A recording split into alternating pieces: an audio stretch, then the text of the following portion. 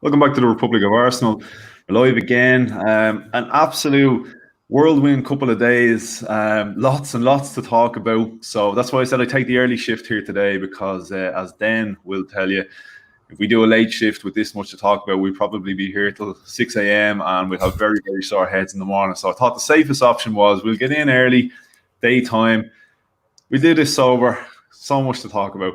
So look, I'll get straight into it. Basically, for anybody who has been living under a rock the last 2 days, believe it or not, Arsenal did play a game of football yesterday, which we will do our due diligence, and we will talk about the game.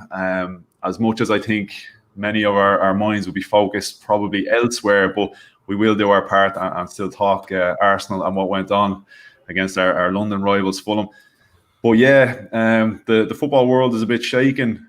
As I said, since yesterday when the news broke about the founding clubs, Arsenal being one of them, 6 English clubs, 12 European clubs have been announced at the moment. The new European Super League format. So again, bits and pieces, more information has come through between yesterday and today.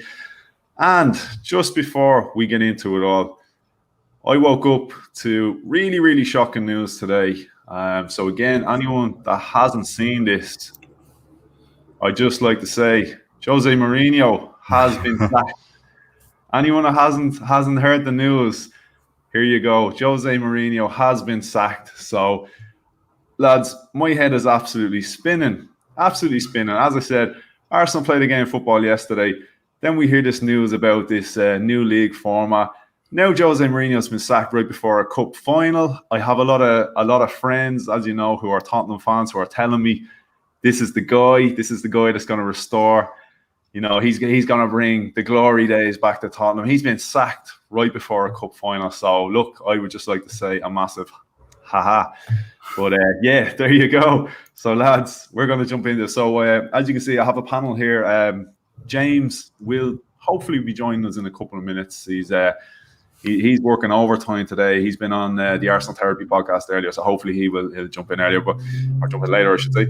So I will introduce the panel I have, and I have a new face here today. So we're really happy to be joined by Stephen from Cannon Chatter. So thanks for coming, Stephen. Thanks very much for having me on. Really appreciate the invite. Just want to say firstly to you, congratulations on the success of your channel so far. I really, I've enjoyed what I've seen, and I look forward to watching you grow in the future.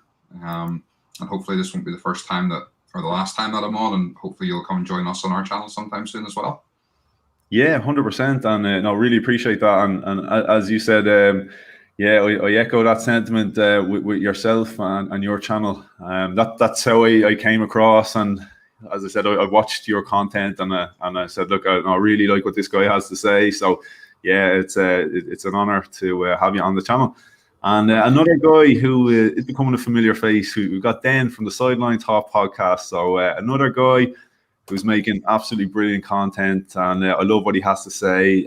Unfortunately, he's the cause of a lot of my hangovers lately. But I'm not taking any blame for that. But then we're doing it safe today, as I did point out earlier. So we're on the early shift. So this is going to be a strange one for us, then. Yeah. I think, it's all just happened so fast. I think for people like us that do these sort of channels and talk about things, it's a little bit overwhelming and underwhelming at the same time, because it's so much to put into one hole. And while it's sort of hot, you want to get into it. But yeah, I'm looking forward to digging my teeth into this one, in particular Mourinho. Yeah, the Mourinho, and as I said, I was talking off air to Stephen just before you came on and joined us. And I said that I had an early start this morning. I had to get up and bring the missus to work. She was opening up really, really early. So we were up since about 7. And I had a really late night last night, just trying to digest and prepare everything for today, everything that was going on. So I said to myself when I come back, I need to put the head down for a little while. So I only woke up there not long ago. And of course, all the emotions of yesterday, Arsenal drawn a 97th minute equaliser, the breakaway to this new league format, and then of course I wake up and Mourinho's been sacked. my head is just ready to explode at this stage. I don't know if I can take anymore. Like I think I need to leave Sky Sports off today because I think I've had my fill. And this is a contrast to what I put out on Saturday. On Saturday was probably since I started this this channel back in December, life is slowly returned to normal. I know more so over where you are then over in the UK, and that with the pubs and that reopening. I know you have a nice bit of weather, as you said. And I noticed this was the first Saturday that nobody was online Saturday night. There was that I was aware of. There was nobody live streaming. There was nobody talking football. And I actually found myself sitting in on a Saturday night going, what do I do with myself? Yeah. So, yeah. And then yesterday, everything, just the football world just exploded. So it went from one extreme to the other. I had nothing on Saturday to far too much on Sunday. So yeah, my head is fried. But lads, as I said, we are going to have to try talk football. First of all, big shout out to Pat. For people that don't know, that is my good friend who is a Tottenham fan. So I don't know if he's celebrating today. I don't know if he's drowning his sorrows today. But yeah, as I said, Mourinho's gone. So no, fair play, Pat. As I said, he is a Spurs fan, but he is a big supporter of what I do here. So yeah. Look, lads, we're going to jump into it. We will definitely talk about this European Super League because, look, it's the hot topic. But as I said, it's easy to forget. We did actually play a game of football yesterday. And first and foremost, this is an Arsenal fan channel. So we will have to discuss that game. And what I'm going to do is I'm going to start with our new face here today, Stephen. Stephen, what I'm going to do is I'm going to throw the lineups up on screen. And I want to get your thoughts on the team that was put out against Fulham. But before I do that, I'd like to kind of pick your brain and get your feeling coming into that game. I've said a couple of times that, you know, I feel as though our push for a European place by way of the Premier League is probably gone at this stage. And this is obviously taking out the finer details now of the Super League and whether we will be allowed to continue in Europe. And also, I'm just going to pull it back a little bit to, let's just presume we're going to finish out the Premier League, we're going to finish out the Europa League, the Champions League, everything's still going to go ahead. Did you come into this game feeling like 3 points, 1 point or a defeat was going to actually have much of an effect on our Premier League final standing in terms of top six? Or were you looking at this and saying, it's a bit of a dead rubber, it's a bit of a formality, the result didn't really make too much of a difference? And then I get your thoughts on the lineup. Yeah, I mean, I'll be honest with you, I've been saying now for a couple of weeks on our own channel that for me, the league's done. You know, it's kind of it's almost a pointless exercise for the next sort of, well, we've got 7 games left.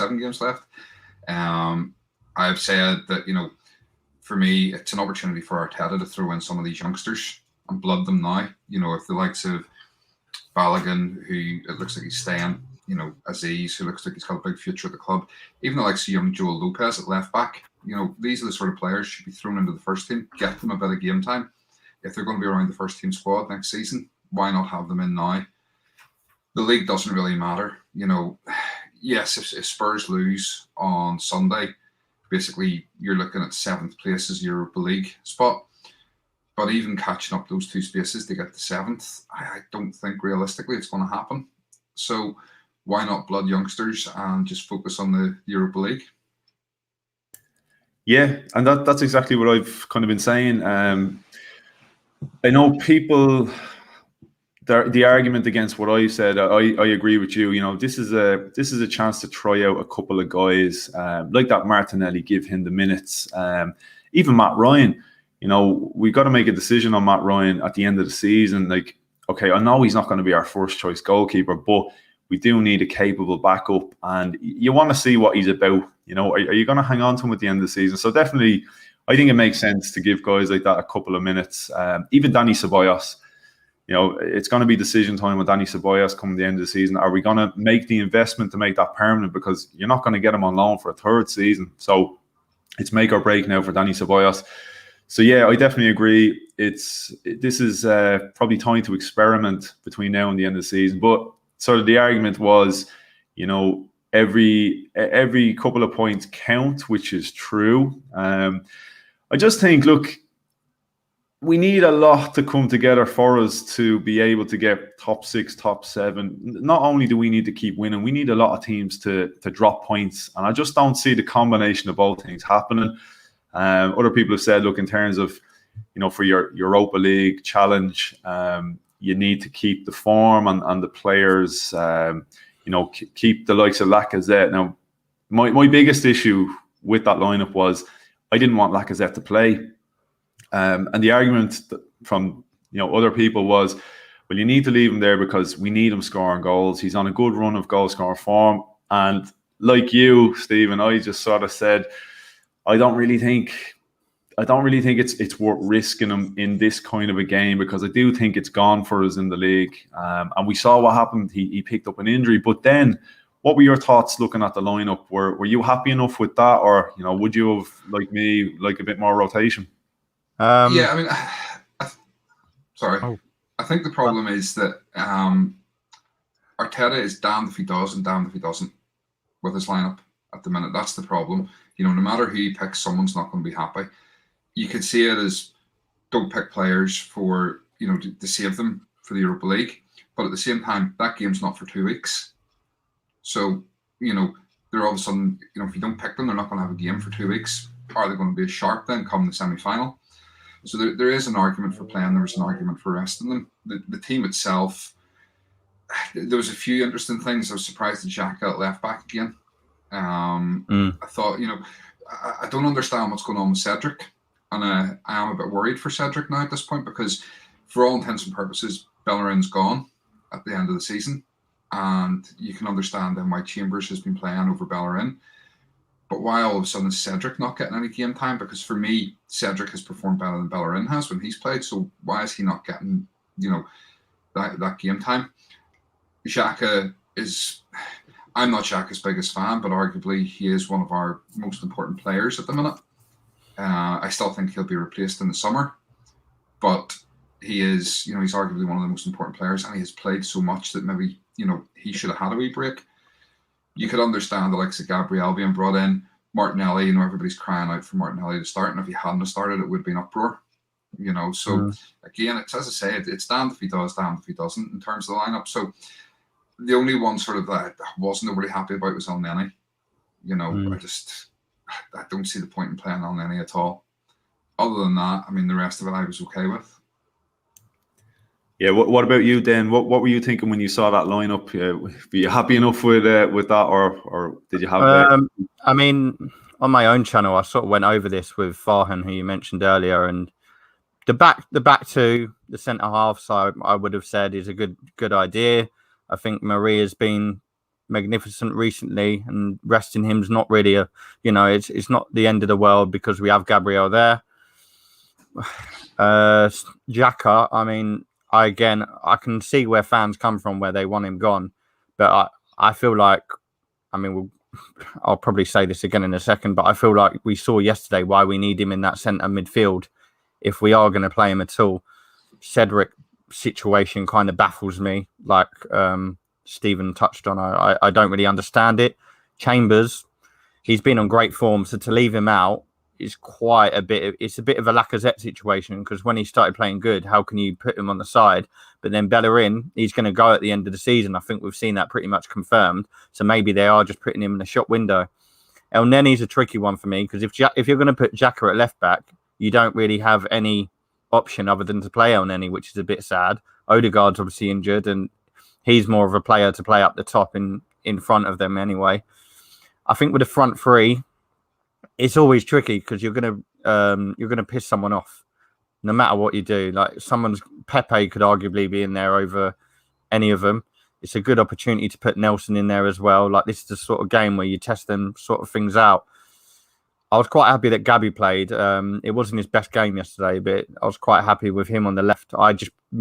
Potentially I would have rested Saka and played someone else. I know Saka was probably one of our best players in the end, but I think his legs are it's getting more and more obvious that he's come into an injury. We saw one the other week. He's only just come back from it. I think the more we play him, it's the inevitable is going to come and happen. But I mean, you can't really complain in terms of what we've put out there, considering the injuries, it's not a bad squad. I was happy to see Matt Ryan as well. It was a shock to me, to be honest, the goalkeeper decision. Out of all players to be dropped, I say dropped, rested, make of it what you will, but that was the one thing I did not see coming. Because keepers really, arguably, they can play 40, 50 games a season. So it was a smart move, though, because he didn't necessarily have a bad game, Matt Ryan, but Fulham only had the one shot on target. So, yeah, definitely. Look, and as I said, I don't mind that. I don't mind seeing these guys when I feel like the season, the domestic season, it's a bit of a formality at this stage. We're kind of going through the motions. I don't mind seeing guys if I'm looking at this and saying, right, well, this is a potential option for the future. Like, yeah, I see the argument maybe, Bellerin, maybe he's in the shop window. Okay, if that's the case, okay, I don't mind it being included. But Granit Xhaka at left back, not that he did anything wrong or has done anything wrong, but again, do I see that as a future position for Granit Xhaka? No, I don't. He's going to be restored to the midfield. So, as I said, for me, the league is a bit of a formality. Why not try somebody like Joel Lopez? Why not see what he's about?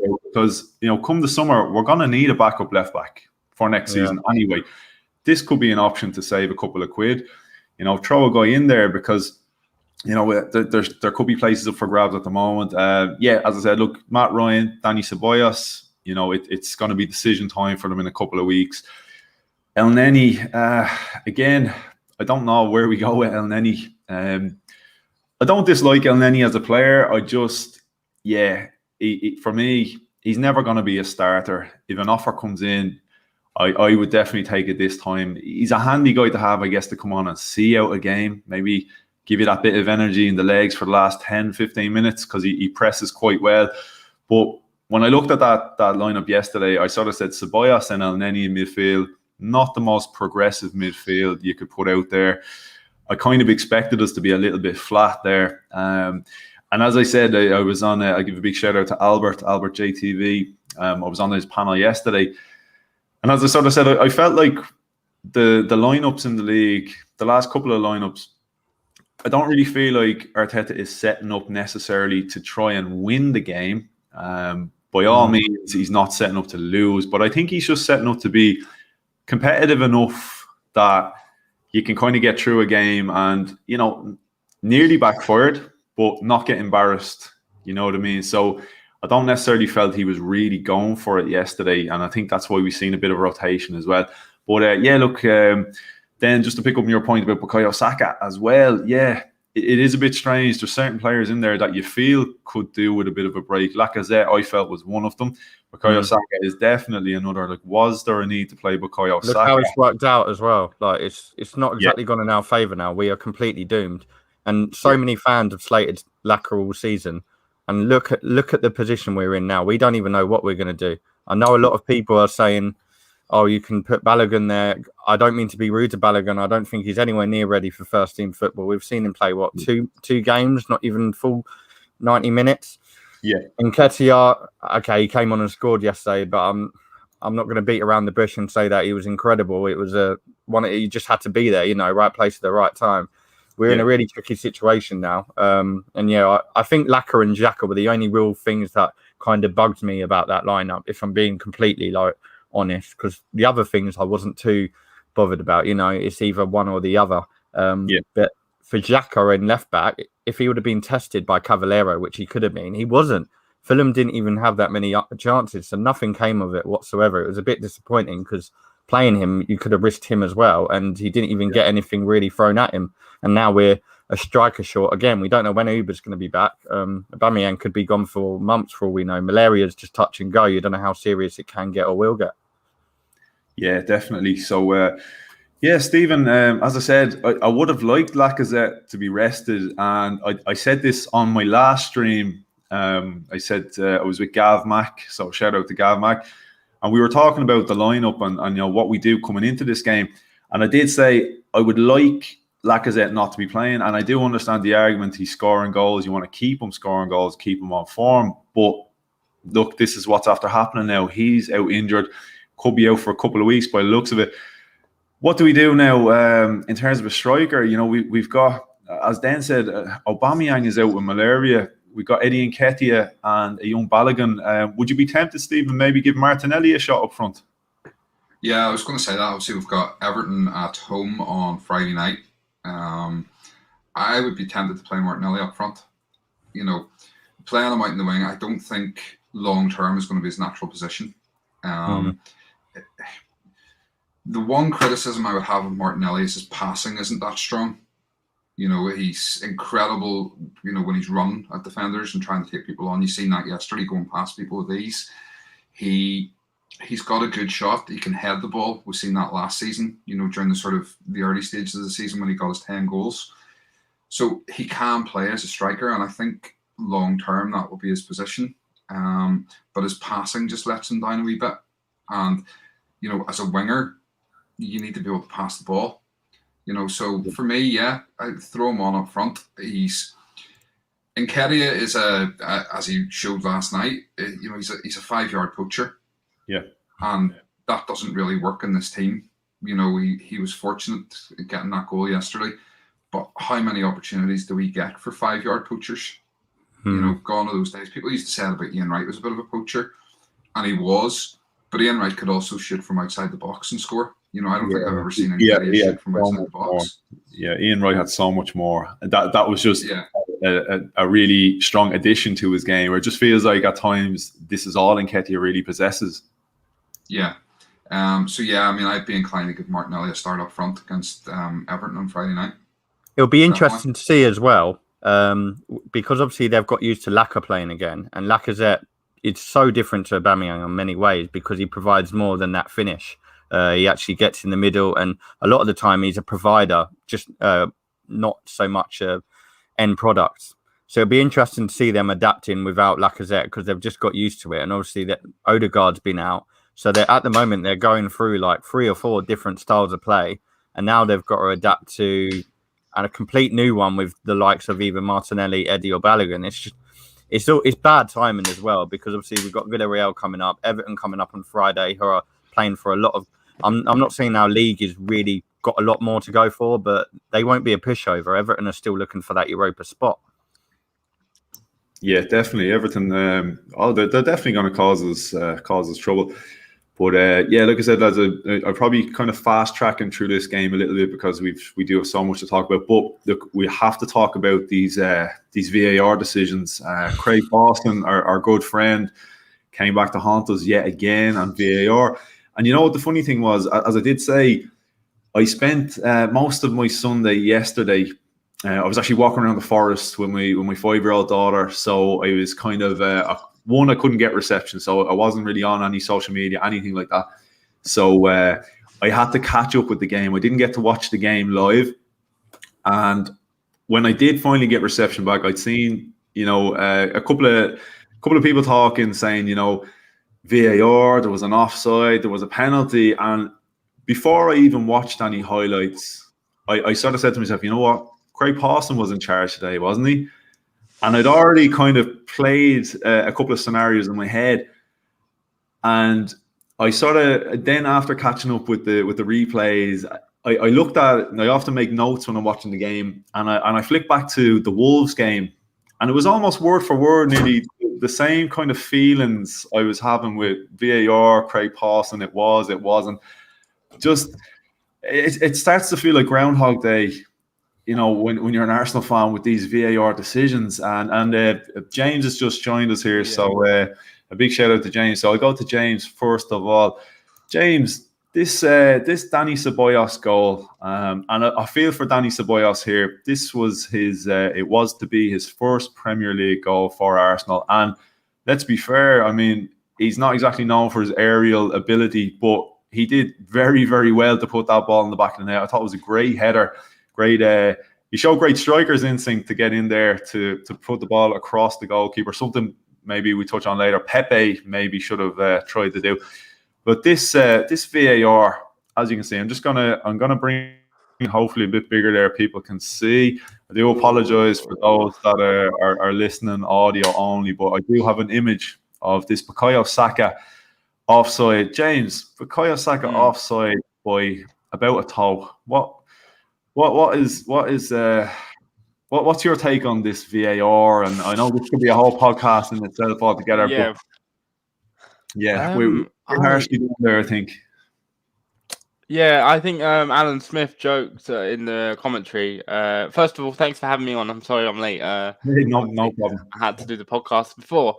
But Alan Smith joked that he should have grown his toenails, or cut his toenails, or whatever he did say. But that is just so tight. And as you said, Dani Ceballos could have scored his first goal, and it was a great header. It was great, real striker's instinct, as you said. He was like Alan Shearer when he went in the box and headed the ball in. But yeah, really tight offside. And, I think it was offside. I do think it was offside because, VAR is put there for a reason. And sometimes it does make the right decisions. And I think that was the right one.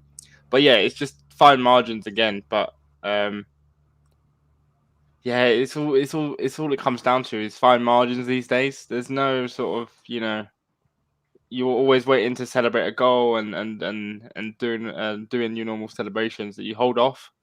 Because I remember I did. I was like, when Dani Ceballos scored, I was like, "Yay!" Oh, wait a second, because that's your normal instinct now. You automatically think, "Oh, I'll wait," because you know what's coming next, sort of thing. Every goal is checked and every goal is scrutinized by the lines, and yeah. But yeah, I think the right decision was made.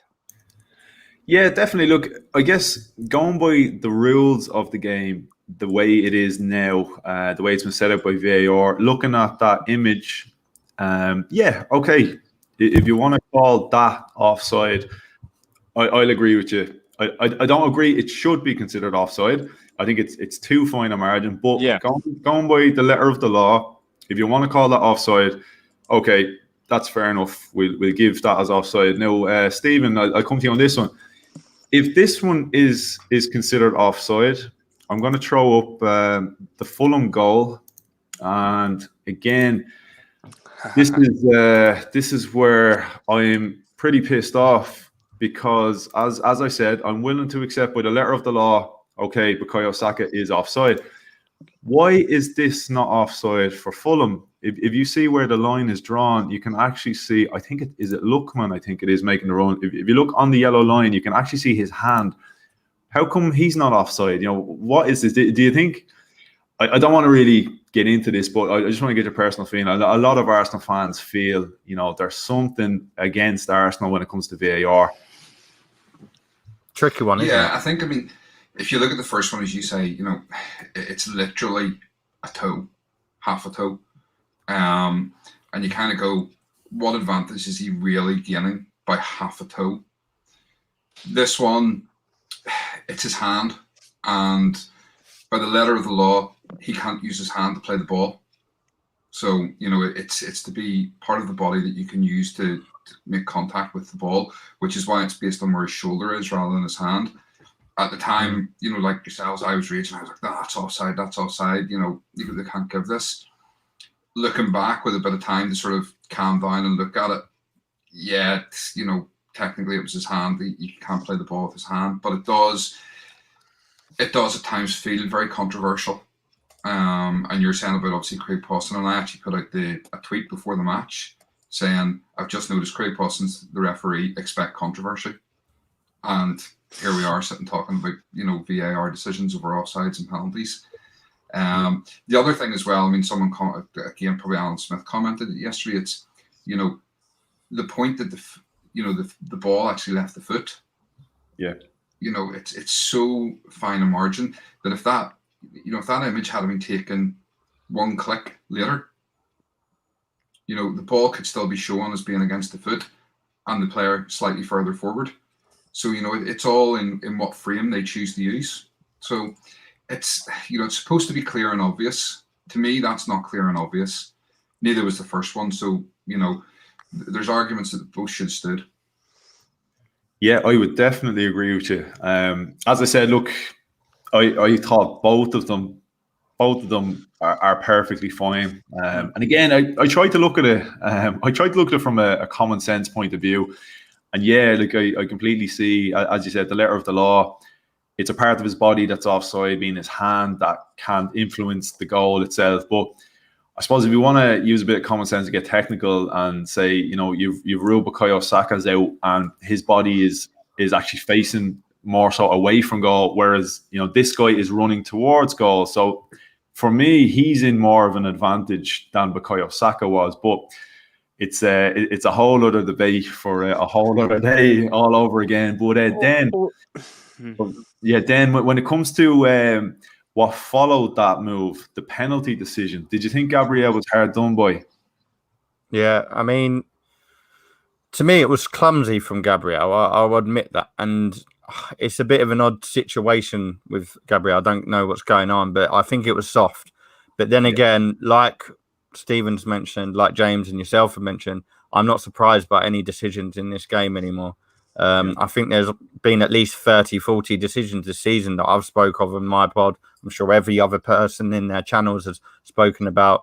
It's just the fact that we always go to the letter of the law, and the letter of the law is wrong. Like we just said about the hand, but the arm gets considered as offside, whereas the arm, technically, you can't use as a part of your game play of football. So I don't really understand. I don't get it anymore. I don't understand how the hand can't be used, but the arm can. To me, it's a bit of a myth. It's all a bit contradicting. I don't think we're going to see VAR go away, but I can't wait to at least see it somehow improved, because if this is what we've got to come, and obviously there's another situation going on that is, I can't really enjoy it anymore. I didn't even, as soon as Sabaya scored, I knew it wouldn't go through, because you just know, okay. And then they checked something else on the actual goal itself with Eddie. They sat around 5 minutes. Rob Holding wasn't even a part of the play. It's all just a bit of a myth. But no, it shouldn't have been a penalty for me. But Fulham, it's karma. It is karma, because we didn't take like 20 or 30 chances in the first half. So, you can't really blame that decision for the fact we didn't win the game. It's just hard luck. Worse decisions have been made. Yeah, exactly. As I said, for me, it felt like the Wolves game all over again. Yeah, there was a few very questionable decisions we called. But again, my feeling in that Wolves game was that game should have been dead and buried before that. That David Luiz incident was even able to influence the final result. But and James, as James said, the VAR and goals and do you celebrate, do you not? It has actually killed it for me. It's killed the excitement, and it's taken so much from the game. But what I also would say, if I can, is why didn't they go over to the pitch side monitors to have a look at the decisions? Why didn't they? Den was talking about it. The last goal, they sat around for 15 minutes discussing about the Nketiah goal. Why didn't they just go over, have a simple look at the monitor? It would take 5 minutes, or not even 5 minutes. It would take like 2 minutes max. Just go over, have a quick look, and say goal given or not. Why do you have time being wasted? There is too much time being wasted on this bloody thing. Yes, I actually was like, where did 7 minutes come from? But then I remember, we sat around for 5 minutes dilly-dallying over a goal, when all you could have done is go over to the pitch side monitor, which it is there for, to have a look at it. I often wonder why these pitch side monitors even exist, because they don't get used often enough. And something needs to change in regards to the rules, and I hope it does. It does get changed, because we're in for a bumpy ride if it does stay. And obviously we have the Super League, which obviously we'll get onto, but football's a whole story at the minute that we're only just getting into. So look, as you said, we know VAR is going absolutely nowhere. Let's hope it does improve. Again, it's another debate for another day, whether VAR is the issue or the people running VAR is the issue. I know my personal feeling is definitely a combination of both. I think it can be used for the good of the game, not in all aspects, because I never think you're going to get everything 100% right, because I think a lot of football decisions do come down to perspective, what you consider enough contact to warrant a foul or a free kick, and that. So there is a lot of if, buts, and maybes about it. But basically, I guess just to quickly finish up on the game before we start talking about the bigger issues. Then 97th minute, Eddie Nketiah equaliser. Could you even really celebrate at that stage? like we pulled it back 97th minute, but in the grand scheme, I found it a bit embarrassing the way we celebrated as well. Like, I know everyone spoke about the Eddie Cupping of the year. It wasn't just that. It was the way the team itself actually felt quite. It seemed as if they were quite happy with it. If I'm one of those front three or even front four, and I'm looking at the stats at the end of the game, seeing 5 shots in the first half, 1 on target, there's nothing I would be smiling about completely. And you can even go over their social media accounts. A lot of them are pretty much just apologizing or saying it wasn't the best day. It wasn't. So I don't get why they were celebrating like that. But no, I was waiting. Even though I knew it was a goal, I was still waiting because I thought, no, in this system, something's going to go the other way. Yeah, exactly. And you saw Scott Parker's reaction at the end. He obviously felt that Fulham were a little bit hard done by. It's just annoying as well because Fulham are down anyway, pretty much. I'm not being harsh to them, but they're pretty much down. So even though we don't need a result, it meant nothing for us not to win that because Fulham would have just been in the same situation. Yeah, exactly. Stephen, I guess the one positive I'm taking from the game is Lacazette got his injury. I know we talked about maybe you'd throw Martinelli in there, but maybe Nketiah is going to be an option.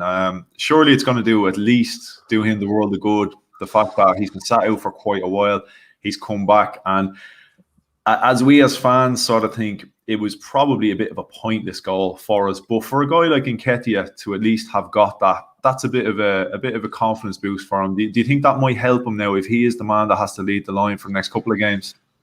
Yeah, I mean, absolutely. I mean, for any striker, getting goals is what it's all about. I think the other thing for us as well is, again, it's the same situation as Bellerin, and we're sort of talking about putting them in the shop window.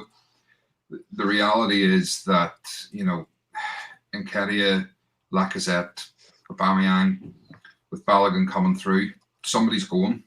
Possibly 2 of them are going this summer. Why Nketiah didn't go in the winter, I don't know, when we had the offer from West Ham, but so from our point of view, it's good if he scores goals. It increases his value because he's only got a year left in his contract. And going forward for the rest of the season, we don't know obviously how long Laka is going to be out for. We don't know when Aubameyang's back. So as our third choice striker, we need him to be scoring. So yeah, I mean, it's good that he got the goal, good that he got the confidence boost. I would say just on the sort of the check with VAR, if we flip it round, if that had happened at our end in the last minute, would we be arguing that holding was offside? Yeah, that's it. It came down to the interfering with play type of thing I heard from Scott Parker. That's what he was complaining about, wasn't it? Yeah, well, I think the issue was, what Parker was trying to say was when the shot came in, Holding's 2 yards in front of his keeper. Yeah. And his keeper has had to push it to the side because he can't knock it down because Holding's right there. So he's had to push it to the side. Mm-hmm. So Holding is then directly influencing what his keeper has had to do. Exactly. He's in an offside position when that happens. So, I can see it from both point of views. As I say, if we're sitting here 1-0 up in the final minute and they score in this and it's the reverse circumstances, we'd be sitting going, no, that defender was offside. That shouldn't count. So I can see why Fulham feel hard done by. At the same time, we should have had that game long before it came to that. Before they even got a penalty, we should have been 2 or 3 up. Definitely. So, we're guilty. And I said it yesterday, we're guilty of not finishing. And it's been the same problem all season. We've played reasonably well and just, we've been guilty of our own downfall and not scoring enough goals. Yeah, 100%. It seems to be the theme of our season. I think we had 18 attempts on goal. Only 5 of them actually resulted in shots on goal. But I suppose the one thing I will say with regard to VAR, we do feel hard done by from time to time. But as you said there, yeah, you can see why Fulham felt a bit hard done by with the player, blocking the view of the goalkeeper. And we've got a favourable decision like that in the past. If you remember the Aston Villa game where we got absolutely spanked off the park, they had a goal, I think, within the first minute that was disallowed because there was a player standing in Bernd Leno's line of sight, and I thought that was a very harsh one. I didn't think there was too much interference there, but that one was taken away. So we've kind of got away with 1 or 2 of them ourselves. But just before we move on, James, are you taking any positives at all from that performance yesterday? Anything to make us feel a little bit better? considering what we're about to touch on, no. Because I would say that, you know, it will help us for the Europa League, but obviously we don't know what's happening with that now because of the Super League. So I guess, you know, everything will come out eventually as to what announcements will be made and whether we can look forward to games coming up, because we have a game on Friday, we have the rest of the season to finish, and then what happens to the Super League. And you know, it's a weird day for football in general today. I touched on we did a Super League special. We didn't even speak about the game on the Arsenal Therapy podcast today. We were so shocked by the news of the Super League that we basically just took up our hour talking about the Super League, because you know what will happen now to the rest of the games in football and in the Premier League. Yeah, that's it exactly. And you know, as I said earlier, it is easy to forget that, you know, we did play a game of football yesterday because it's been completely overshadowed by, you know, the news that is breaking. So look, we're going to move into that now. So basically there you have, you know, Arsenal, Chelsea, Liverpool, Man City, Man United and Tottenham. So as I like to say, it's the big five featuring Spurs have agreed to break away to the European Super League. The new format, it was supposed to be, as I understood, a rival to the Champions League, not as an actual replacement for the domestic leagues. But yeah, basically, as you can understand, the Premier League and all the other, you know, domestic organizations are saying, no, you know, we're not having this. Yeah, Stephen, initial thoughts on this move from, I guess, from a point of view, it's like, are you disappointed in Arsenal for, you know, one, trying to go this kind of a route, and I guess two, being one of the founding clubs as well? Like, what way are you feeling towards Arsenal as a club, you know, with this announcement? Do you know, it's strange. Obviously, it sort of came out yesterday afternoon, and then we got the confirmation late last night. And a bit like yourself, you know, I sat up late, sort of, you know, sitting in bed, sort of flicking through the phone and Twitter and catching up on all the different things. And I've been through such a wide range of emotions since then. You know, I think I've experienced everything, right down to how we as fans have to take a little bit of responsibility for what's actually going on. And that sounds bad, you know, me saying that, but I think we do. You know, we've cried out for more money in the club. And, you know, we've cried that we don't like the Cronkies because they're not investing enough money. They like this self-sustaining model. And here we have an opportunity to have a minimum extra 250 million in our pockets every year. And we're now against it. I think, you know, for me personally, I don't want it to go ahead. I don't. I'm accepting that it more than likely is going to go ahead at some point. It may not be as soon as they think. It may take a few years to get it to fruition, but I do think it's going to happen. I don't, as I say, I don't want it to. I think it ruins the tradition and the history of all these competitions. But it's change, and change is inevitable, you know. And is it being blown up so much because of, you know, social media nowadays? Back in '92, when the Premier League was formed, would we have seen the same uproar if social media had been about? That's the sort of question you would ask. So yeah, I mean, for me, no, I don't want it to happen, but it's change, and change is inevitable, and I see that it's going to happen. Yeah, I agree with you. It's one of those, change is inevitable, and especially if there's enough money involved, generally these things find a way to gather enough traction. Then it's something that, I guess, I've heard the rumblings in the background about this kind of an idea for a long, long time. And a couple of people have pointed out yesterday that this is something Arsene Wenger had even spoken about, maybe going back as far as 10 years ago, that he believed that this was on the cards. Did you ever think that this was actually, you know, going to gain enough traction, that this is actually a possibility and this could happen? Because for me, on a personal level, I guess, in one sense, I kind of always brushed it to the side and sort of thought, this is like, I suppose, what you do is when back in the day when I used to play Football Manager and I used to get on the editor and I used to create my own league with all the, all the elites, just for it was always a bit of a fun dream that I never thought could actually become a possibility. So, what way are you feeling now with this actually gathering enough traction that this could be on the cards? I mean, I think, like I said earlier, just when we started, it is a bit overwhelming and underwhelming because you're starting to see what football actually means to people. Like you look over Twitter in the last 24 hours, you just see how much this actually is. Like it is some people's lives. It's disappointing. Like you said, it's not really a surprise. This was always on the cards. I think people just forgot about it because when COVID was around, there was bigger fish to fry, So I think the fact that it's just drastically been announced and so much has happened in quick succession, it's just a bit disappointing for people to realise the reality. There's two things to look at. Like, obviously, I mean, I thought they were all...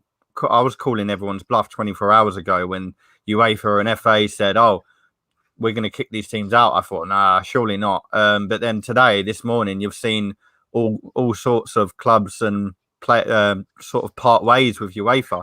So, it's all happened so quickly. If the league was going to happen with the Premier League still ongoing, then you've got to look at the fact that the players are going to be playing twice the work for the same amount of money, and you've got to consider I know they earn hundreds of grand a week or whatever, and people always say footballers earn too much money. But if I'm sitting there as a striker for any club, no matter whether it's Barcelona or Man United, and I'm earning this or that, and I'm told, well, basically your schedule's you double. You potentially could not play in international football, all this madness. I would be in uproar this morning, absolute uproar. And I can't imagine what the atmosphere was like at most of the dressing rooms. It must have been like, I'd have loved to be a spider in a wall in any single dressing room this morning because it would have been outrageous.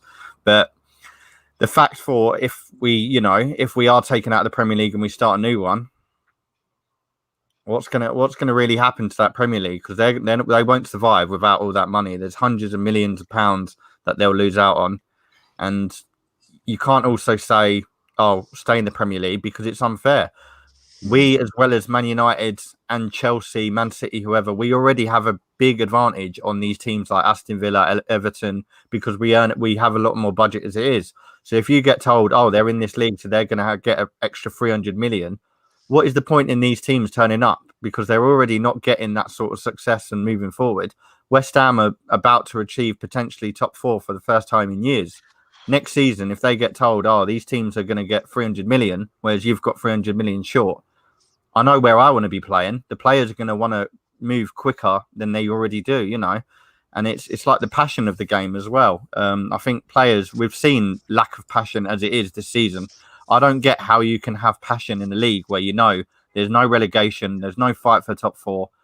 I just find it a bit boring. I'm not looking forward to it. I'm not saying that my head will turn and I'll not watch Arsenal, but I know for a fact if the Premier League is over and we're in this supposedly Super League, disgraceful league, whatever you want to call it, it's going to be a game changer. And like James mentioned, like we've all said, football is already going. VAR has already ruined quite a percentage of it. So if they're going to do this, it's going to be a rubbish icing on a rubbish cake, really. Yeah. Yeah, and look, just to bring James in now. Look, James, as I said earlier, my understanding of what the plan was that these teams wanted to remain in their domestic league. What they outlined their plan is they wanted to play these European games midweek, but it gets to a point. Let's say I don't believe it can happen. I don't think that the FA and whoever else, I don't think they're going to bend, and I don't think they're going to come to an agreement. But if all the stars align and all the brown envelopes are passed around, behind the scenes, and they do come to some form of an agreement that this can go ahead, Arsenal can keep playing in the Premier League every week while also playing, midweek games against these elite clubs. Surely, something has to suffer. And my feeling is obviously the one that pays the most money is the one that's going to take precedence. And for me, the Premier League is what's going to suffer, because if you take into account, let's say Arsenal go to the new camp to play Barcelona on Wednesday, and then we've got Fulham at home on a Sunday. Is it going to get to the point where Arsenal are just going to stick their under-23 team out in the Premier League, and we're going to have a really watered down, version of domestic Premier League football? Potentially, you are absolutely right. Potentially, the thing I just can't get my head around is how they plan to get fans to attend these games. Like I'm thinking of like someone saying, I'm just popping to Barcelona to watch Arsenal play a league game. Like what? How are they even gonna logistically be able to finance that? And how are they gonna, because people have season tickets and money, and we're in COVID still, and it's just a whole logistical nightmare. And again, we'll have to see what happens. There's been like stuff breaking now that punishments are going to happen if teams play in the league. They won't get to play in the World Cup or Euros. That is confirmed now, by the way. That is 100%. That is confirmed by UEFA. If anybody decides to play in this league, they won't be able to play in the World Cup or for their national teams in the Euros. So, do you think they'll stand by that, though? Do you honestly think they'll stand by that? I don't mean to be rude to them, and I'm not one to call out UEFA. I mean, look at me. I'm not exactly someone that's top of the books, but I don't get how they can throw all that money out of their own pocket. Not just UEFA. I'm talking. You look at England, right? You look at England, all the English players in these teams. Harry Kane, wherever he ends up next season, who knows after all this? What's going to happen to all these players? Harry Kane's the English captain, for God's sake. Do you really think they're going to say, you can't play in international football because you've joined the Super League, along with, some of England's youth, the best young players in the actual world? Some of them are playing in these teams. I can't see them, not just Premier League, international, whatever, Champions League. I can't see them saying, no, you're not doing it. I'm not calling them out. I'm just saying it seems impossible to me, and they haven't got a right to do it. Yeah, no. This is a quote from Fabrizio Romano from UEFA's Alexander Seferin.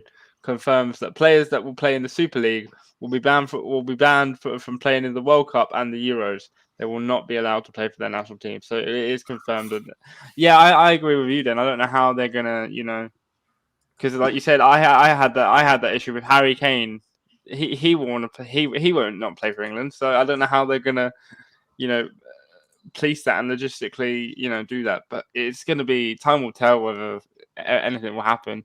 You've now got politicians coming in and saying that Boris Johnson will do everything he can to stop it and vow to, do something. And maybe that's what we need. Maybe that's what we need. We need governments to get involved in this because, I've seen. I'm new to this kind of German structure that 50% of the club is owned, or 41% or whatever percentage it is owned by the fans, and maybe we should do that in the Premier or with this Super League or something along those lines. But it is seriously a big issue, and one I don't see stopping anytime soon. Yeah, this is going to be, I think, one of these sagas that's going to drag out for a long, long time. But there's a lot of talk, and like that. Then I do agree. It could be scare tactics, because I know, obviously, FIFA, UEFA, and that, understandably, they're not going to be happy about this, and you're going to come out and you're going to make all these threats. Well, if you do this, we're going to do this back, and if you want to throw this away, that's what's going to happen. But yeah, in a sense as well, by doing that, they do hurt their own brand, by stopping the best players playing in your competition. It's only going to damage your brand. And like I said, it all stems from money and greed and power. So you want to be seen as the best competition, the best brand. So it's a catch-22, Stephen. FIFA, UEFA, it's a catch-22 for them. What do they do? Do you believe that they will, make this stand and stop these guys from playing in their competitions, or do you think it's going to be too damaging for them? I think FIFA and UEFA are as corrupt as any of them. And it all boils down to money. You've got Sky banging on about the whole thing, and the reality is Sky are just as bad. Sky BT trying to charge $14.99 for a pay-per-view game during the middle of a pandemic, and yet they're coming off with this. So it's all about money. Again, I want to stress I'm not in favour of the Super League, but a lot of these things I'm sort of saying almost back it. The argument is that if they turn around, they try to do it, they devalue their own products. The Premier League, Sky paid a massive amount of money to have Premier League rights. So their issue is, if these 6 clubs are not in the Premier League, people aren't going to watch it. People aren't going to pay their subscription for Sky. So Sky are going to lose money. And that's why Sky don't want them to go. It's nothing to do with the Super League. It's because they don't want to lose value out of their own product. It's the same with the other leagues. La Liga is not competitive compared to the Premier League. There's 3 teams there and they're all planning to go to the Super League. They don't want to leave their domestic leagues. They want to continue. So these 12 clubs, they hold the key. They hold all the cards right now. It's all, it's all talk, but realistically, they're not going to ban them. They can't, because they'll have nothing to sell. And football is a business, whether we like it or not. Football is a business, and it all comes down to money. And they're not going to devalue their own brand by getting rid of these clubs. It's all talk because they don't want it to happen, and because they're annoyed that they're going to miss out. On this big piece of pie. And it's the same with the clubs. The clubs that weren't invited, you can guarantee if they were invited, they'd be jumping on board as well. The thought of getting 250 million guaranteed a season. The Leicesters and stuff, they can complain all they want, but if they were in that position, they'd do exactly the same thing. It's like we the may players. not like it. Oh, sorry, Steve. Sorry, go ahead, James. No, it was. I think it was Den that was speaking. Do you want to continue? Yeah, it's like the players though as well. Like basically, you look. Let's talk for instance, Declan Rice, phenomenal player, outstanding, an Englishman. I think he's one I'd like to think would sort of step up and have a head about this and not be scared. Not be afraid. At the moment, we've seen players like Ander Herrera speak out and players that are retired. So. But they're going to need to tread carefully, players that can talk, because a lot of the time it is just going to be no comment. The first thing said to them this morning, avoid press, no comment on anything, because you've got a contract to stick to, and they're there to play football. Those that are playing on the field, it's a different kettle of fish, because they're still there to do a job. If you've left the club or play for one that's not involved in, you can say what you want. But players like Rice and Grealish, those that West Ham, your Aston Villa want to keep hold of. If you're Grealish and you're getting told about this Super League where you can earn this, play against these teams, travel once a week, how easy is it going to be to persuade someone like that to walk from your Premier League where you're up against, your Fulham, your Leeds, whatever, your Watford, your Norwich, when you could just go and live this paradise life in this Super League?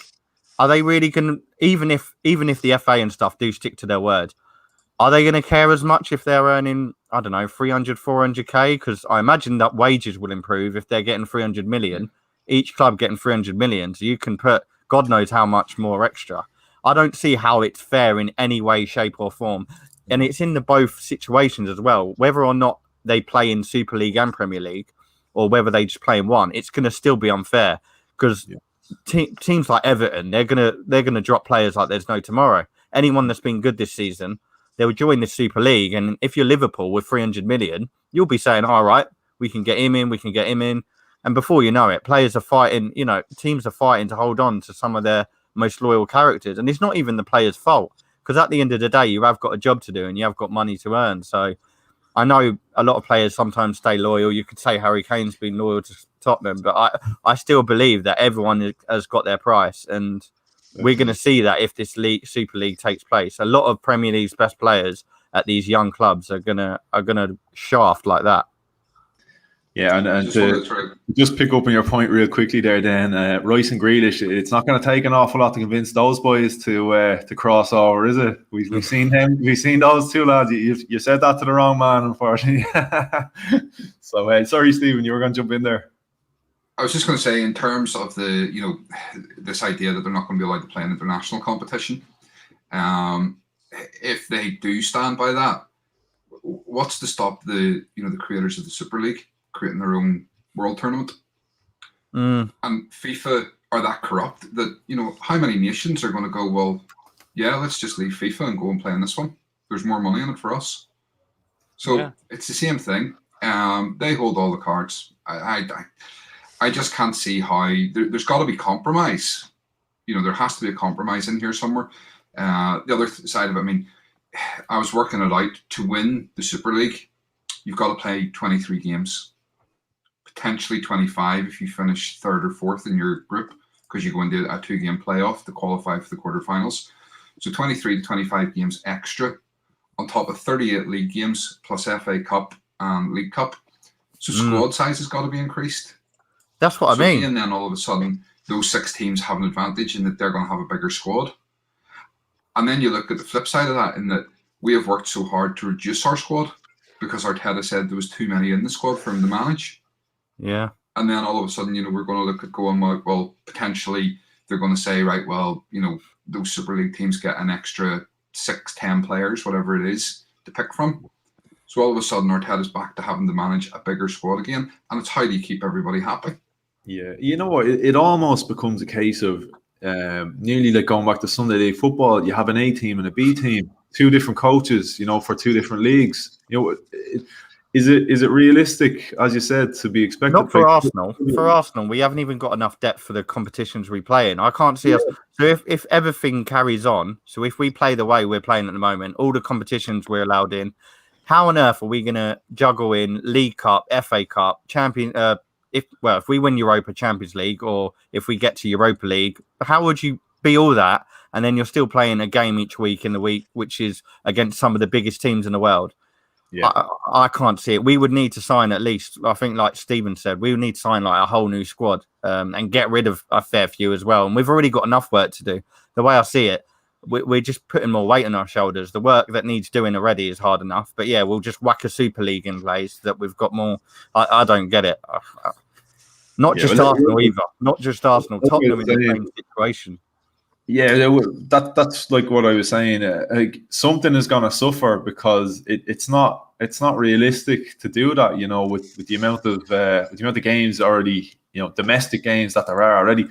My feeling is something is going to suffer because you're not going to keep expensive signings happy not to be playing in the big competitions. So what I think will end up happening is, if these teams are allowed to continue domestically as well, we're just going to see the reserve team playing in the Premier League. And it's going to make a mockery of the domestic league as well. Because you imagine Arsenal fighting for the top 3 spots in this elite league, and then we're hanging around 15th in the Premier League because we're playing, youth teams.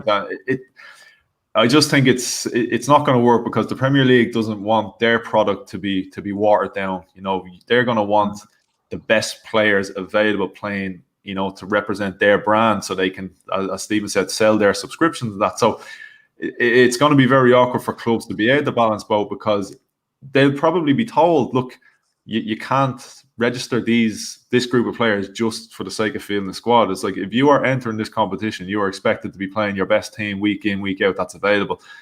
Neither competition is going to accept, well, okay, yeah, we'll stay in this league, and okay, look, we'll put out who we can. It's not going to be good enough because they want to make their money. They have to make their money for their brand. But look, we'll wrap it up now in the next couple of minutes. Just before I do, I'll go to James. James, because you're kind of fresh off the back of recording a podcast already. But yeah, the part that's got me with this, that sort of annoyed me, the FIFA and the UEFA and the FA kind of side of things, where they brought in this argument of sporting integrity, and this is taking the sporting integrity out of the game. But for me, and I put this out on Twitter yesterday, I went on to say, for me, football has already lost its integrity, and it lost it a long time ago. And I think Arsenal as a club have lost their integrity a long time ago when we sold our soul to Stan Kroenke. We moved to the Emirates because obviously, we wanted more money to attract bigger players. We were sold the dream so we could become more competitive. Never really transpired. We seem to be, filling the pockets and not really getting much else going back into the club. So for me, we've kind of been going down this road for a long time. But in terms of sporting integrity, from a Premier League sense, where was the sporting integrity when they allowed Abramovich come in and buy the Premier League? When they allowed Sheikh Mansour come in and buy the Premier League at Man City, Where was the sporting integrity with financial fair play when they didn't clamp down on the likes of Paris Saint-Germain? You know, how come now all of a sudden they want to cry about sporting integrity? Where, for me, I haven't seen a lot of that in the last couple of years. Maybe you have, but I haven't. I haven't either. You're completely right in what you you're completely right in what you say. How they allowed these things to go on, and then they're thinking about making a Super League, which will make things 10 times worse. It's just literally the word I'd use is greed. And apparently, just coming out now, they've agreed to be in this league for 23 years. 23 years. I don't believe that. I do not believe that. No. It's on Twitter now. Footy Accumulators put it on. Who's a verified account. They've signed a 23-year agreement to be in this league. And I think most of us will probably be done with football in 23 years, the way it's going. But yeah, it's gonna be difficult. And then you obviously have Mourinho today was sacked, and people are saying that he was sacked because of not wanting to agree to the Super League. But I don't know how true that is. Yeah, you just have all these little dominoes that are going to fall in the next couple of days, and then we'll find out what happens. Yeah, it's been absolutely crazy. I guess, lads, just a final thought, just before we wrap it up. I guess I'll just get everyone's opinion. I'll start with Stephen. So, look, if this does inevitably go ahead, are you? I guess it's easy to speak in the moment. You know, we're all a bit annoyed and confused, and I've seen a lot of people. I've chosen not to really say anything with regard Arsenal as a club and myself as a fan, because, as I said, I want to see how this plays out first and foremost. And in the heat of the moment, it's easy to say, well, you know, forget Arsenal, I'm done. Where's that Shamrock Rovers jersey I used to have lying around? I'm going elsewhere. You know, if this goes ahead and Arsenal do go to the Super League, do you feel, you know, you're going to stick by the club, stick with Arsenal, or are you going to look elsewhere? It's funny you should ask that. I mean, I was actually sitting thinking I've only asked the same thing. So I'm glad you've asked it. Me and G were talking. G's the other guy I do Cannon Chatter with. We were talking earlier on about this, and we both sort of said the same thing. Change is inevitable. We've seen it before. And it's easy to, as you say, it's easy to go, oh, I'm just going to support my local team, or I'm going to do this, I'm going to do that. I've supported Arsenal for 30 odd years. It's the only team I've ever supported. I could not see myself supporting anybody else.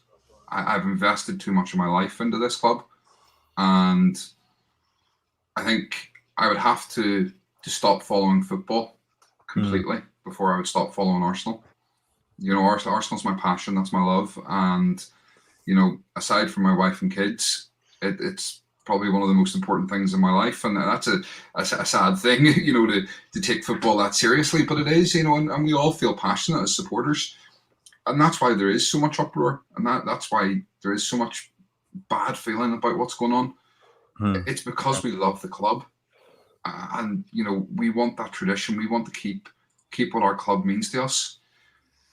So no, I mean, for me, I won't stop following Arsenal. I'll follow them no matter what. I'll be disappointed, and you know, it'll be interesting to see what happens. You know, if UEFA and the Premier League and everything stick with what they're saying, all of a sudden we're in a situation where potentially we play 18 matches in a season, and that will be really, really sad and really difficult to deal with.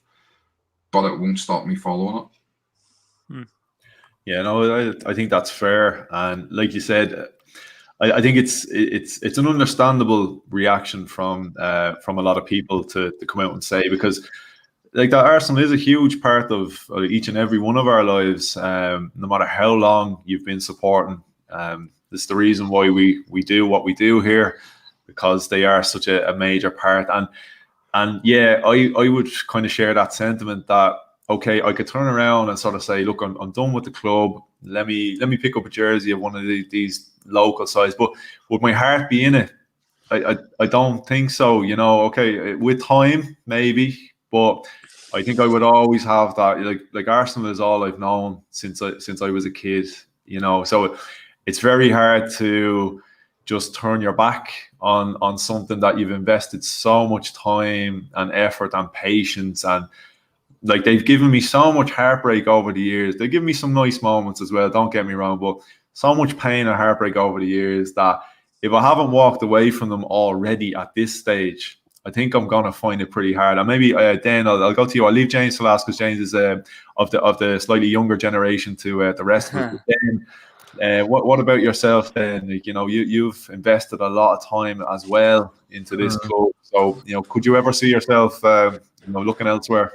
It's a tricky one. I think the problem is as well is that at the moment, like a lot's happened between yesterday when it was announced, and then obviously the club fully announced it last night, and then we all had to sleep on that. We all went to bed in a bad mood. Things got heated. Things were said. Obviously, you saw we did a poll earlier, and I was shocked at how many people went the other way. How many people actually said, "No, I'm done with the club." I think it's a case of the fact that if we're removed from the Premier League, the game will massively change. There's no fight there. There's no atmosphere. And like I touched on earlier with the passion, I don't see how players would be as excited. I think it. I won't say I'm never going to follow them but it will be hard and difficult to sort of see them in the same light as what I do now. Not saying that it's the players' fault, but in terms of what goes on, whether they be in just this one Super League with Barcelona and Real Madrid, the way things are going at the moment for Arsenal, it's not going to be an exciting watch week in, week out. Whereas at the moment with the Premier League, okay, yeah, we're not having the best season in the world, but we're also in the next season we'll have the FA Cup again. I love the FA Cup. I feel like stuff like that at the moment is already being embarrassed and manipulated. You saw City and Man United got knocked out of it by putting smaller teams on. I don't want it to get like that. I want us to sort of remember and be the team that don't really take the mick out of these competitions.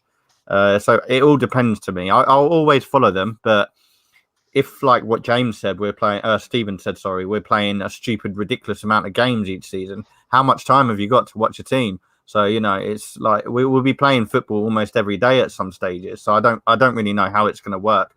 Whereas if we're just in this Super League and there's nothing else to go off, it'll be quite boring to see the same thing repetitively, like not seeing anyone else into that league. I don't know how they're going to play it. But if it's just going to be the same 20 teams each season, I don't mean to, obviously, I'm not going to disrespect Barcelona, your Real Madrids and what have you, but it's a tough one for me. Like I was praising Bayern Munich yesterday, saying, "Oh, they're not involved, good for them." And then today they've come out and said that they're involved. So I don't know. It's a bit of a tricky situation. I don't know enough about it still yet. I don't know what it's going to come with. If it is just the same 20 things each season, to me, it's hard to get invested in like I have because there's no passion there. You're not saying, "Oh, we're fighting for Europa League, we're fighting for top 4. Oh, we're in a relegation battle," which we were at some point. But it's a tricky one. I think it's going to be a very different side of football to what I'm used to anyway. But yeah, it's a bit sad to even just talk about because I know people have said, "Oh, similar things have happened before." Like we did a pod last night and we spoke about it, and someone said how like United one year, Man United refused to go in a competition because they wanted to join this World Cup or something like that. Yeah. So this was like the FA Cup. I think it was the FA Cup, yes, they didn't join it. And I mean, I'm not a United fan, but I do vaguely remember it because my family support them. And I just thought, but it's a bit different to what is happening now. This is not just one team. I'm not saying that wasn't mad, but this is the best teams in the league disappearing for no reason whatsoever. It's a shame. Yeah, I think didn't Liverpool do that? Was it last season? They went to the World Club Cup and they put a lot of kids out against Aston Villa. Yeah, and I can't remember how that ended, but I think the FA Cup has just been already. The FA Cup's already been tarnished. We saw City do it in the weekend. United do it weeks ago. So if we're just going to add a Super League, things are going to get worse and worse. Yeah, definitely. I think my understanding was there's going to be 15, I think, regular clubs, and I think there's going to be 5 invites sent out every season. So I think you will get 5 different clubs coming in. It's going to be 2 groups of 10, isn't it? So yeah, I think there will be slight little changes and differences, but James, again, I guess this is a chance for me to wish you a happy belated birthday as well. You are the younger guy on the panel here. So, look, you are of a younger generation, but that's not to say you haven't still invested plenty of time and blood, sweat, and tears into this club as well. So your feelings now with regard going forward on your Arsenal journey, are you sticking by the club through thick and thin, or has this kind of changed your attitude towards them? I don't think it's changed. It may have altered it a little bit. I always have love for Arsenal. Obviously, I'm a bit different. I became an Arsenal fan in like 2000, because I never really used to like football. But then obviously I got, I played the FIFA video. I played FIFA a lot of the time still. And then my family supported Arsenal, so I might as well, I'll give this a go then. And then it just grew from there. And I went to my first game at the Emirates Cup, and then I have gone ever since. So it's been like a good 7-8 year journey from then. And obviously I've grown to love the club and the history of the club and the Invincibles and Arsene Wenger and everything that comes with it. So, but I think it would be really difficult for people to ignore Arsenal if it happens. I know people have said, "Oh, I'm not spending money. I'm not going to games. I'm not watching them." But if you really love Arsenal, then I don't think you can. You might not watch them as regularly, but I don't think you can completely exit them out of your life, so to speak. Yeah, that's fair. As I said, look, we're gonna wrap it up now. I know Dan has to get back to work. So Dan, just before you go, just wanted to say a big thanks for joining us, and just give yourself a shout out there and let people know about the podcast. Yeah, so we're Sideline Talk Podcast. We're on all the podcast platforms, on the YouTube.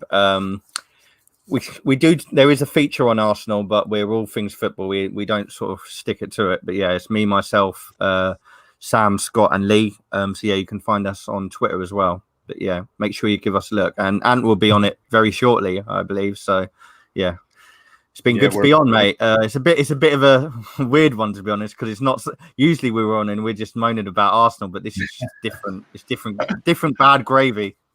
Yeah, definitely. We're doing home and away legs today, so this is the home, and I'll be on your away legs. So, yeah, as you said, look, it's been a different one. There was still, I guess, a little bit of moan about Arsenal, just in a kind of different way. But yeah, look, I want to give a big shout out to everyone that came on the panel here today. It's been a really good chat, really good, really informative as well.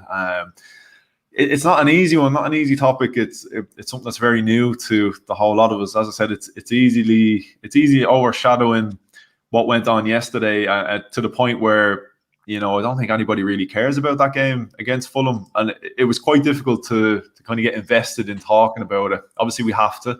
We're at the end of the day, we're still Arsenal fans, still football fans. There was a game, believe it or not. So yeah, it wasn't the easiest to talk about. So I do appreciate the effort made by everybody, and a big shout out to everyone that was in the chat. Thanks for the questions, the comments, and remember to hit that like button if you haven't already, and subscribe, and do follow the panel. So a big thanks to Stephen from Cannon Chatter for coming on today. So Stephen, really appreciate your time, and give yourself a shout out there and let people know where they can check out your content. Well, Louis, thanks very much for having me on. Really appreciate the invite, and hopefully we'll do this again sometime. So yeah, Cannon Chatter, you can find us basically on all the social medias. Just type in Cannon Chatter, along with G, my good friend Granville over in London. We make up the team.